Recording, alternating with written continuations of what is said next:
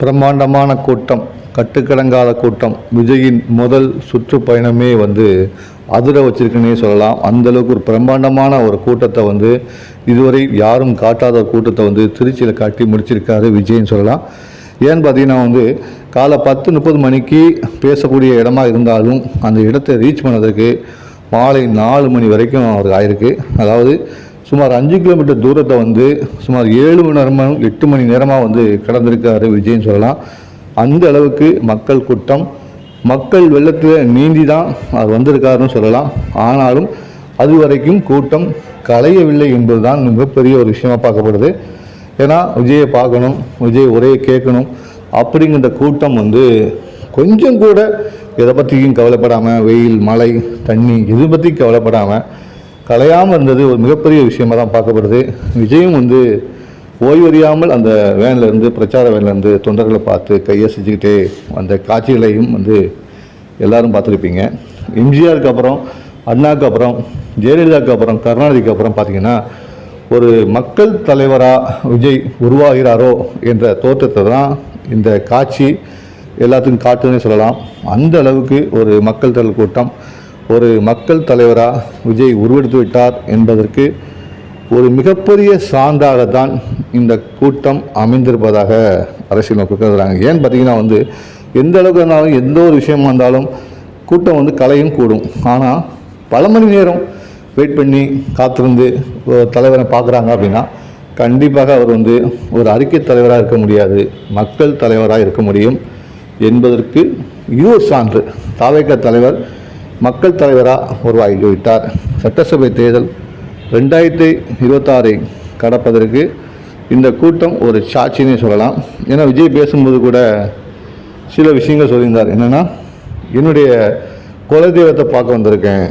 என்னுடைய குலதெய்வம் யாருன்னு பார்த்தீங்கன்னா நீங்கள் தான், தொண்டர்களாகிய நீங்கள் தான் என் குலதெய்வம்.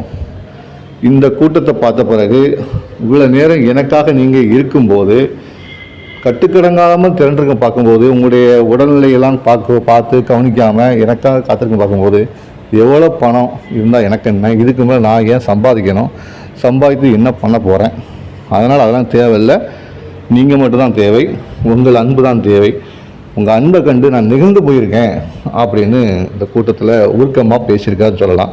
3 பாயிண்ட் வச்சுருந்தாங்க. திருச்சி, அரியலூர், பெரம்பலூர்னு. திருச்சி கூட்டத்தை முடிக்கிறதுக்கே ரொம்ப நேரம் ஆயிடுச்சு.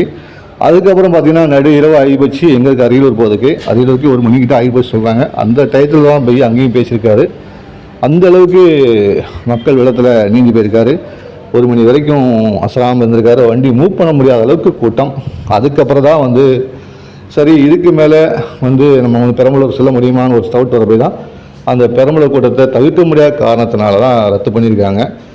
ஆனாலும் பார்த்திங்கன்னா பெரம்பலூரில் அவ்வளோ கூட்டம் திறன் நின்றுருக்கு. விஜய் வருவார். இன்னும் இந்த மாதிரி இந்த கூட்டத்தை எப்போ பார்த்துருக்கோன்னா, பேரறிஞர் அண்ணா இருக்கும்போது அவர் எழுச்சி உரை கேட்பதுக்காக மக்கள் தூக்கத்தை கூட கட்டுப்படுத்திக்கிட்டு சாலை உரங்களாக படுத்திருப்பாங்களாம். எங்கள் அண்ணாவை பேண்டி வெயிட் பண்ணி அண்ணா வந்தவொடனே பேசுவாராம். ஒரு டைம் பேசியிருக்காரு, மணியோ 10:30 உங்களை தழுவதோ நித்திரை மறக்காமல் எனக்கு இடுவீர் முத்திரைன்னு அண்ணா பேசியிருக்கார் கூட்டத்தை பார்த்து, தூக்கத்தில் நிற்காங்கன்னு சொல்லி. ஆனால் இங்கே 1 மணி தாண்டி 2 மணி தாண்டி இரவில் அவங்க இந்த காட்சிகளை பார்க்கும்போது ஒரு தலைவனுக்குரிய விஷயம் விஜய்க்கு கிடைச்சிருப்பதாக சொல்லப்படுது. அந்த முகராசி எம்ஜிஆருக்கு பிறகு, ஜெயலலிதாவுக்கு பிறகு விஜய்க்கு உருவாகி இருப்பது இது முழுமையாக தெரிகிறது. இதோ களத்தில் ஒரு மக்கள் தலைவன் உருவாகிவிட்டான்.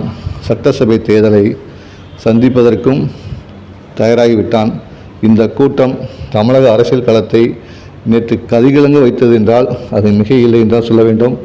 மக்கள் வெள்ளம், மக்கள் கடலுக்கு மத்தியில் விஜயின் இந்த முதல் பிரச்சார தொடக்கம் அவரை வெற்றியின் முதல் படியாக அமைந்திருப்பதாகவே அரசியல் நோக்கர்கள் கருதுகிறார்கள்.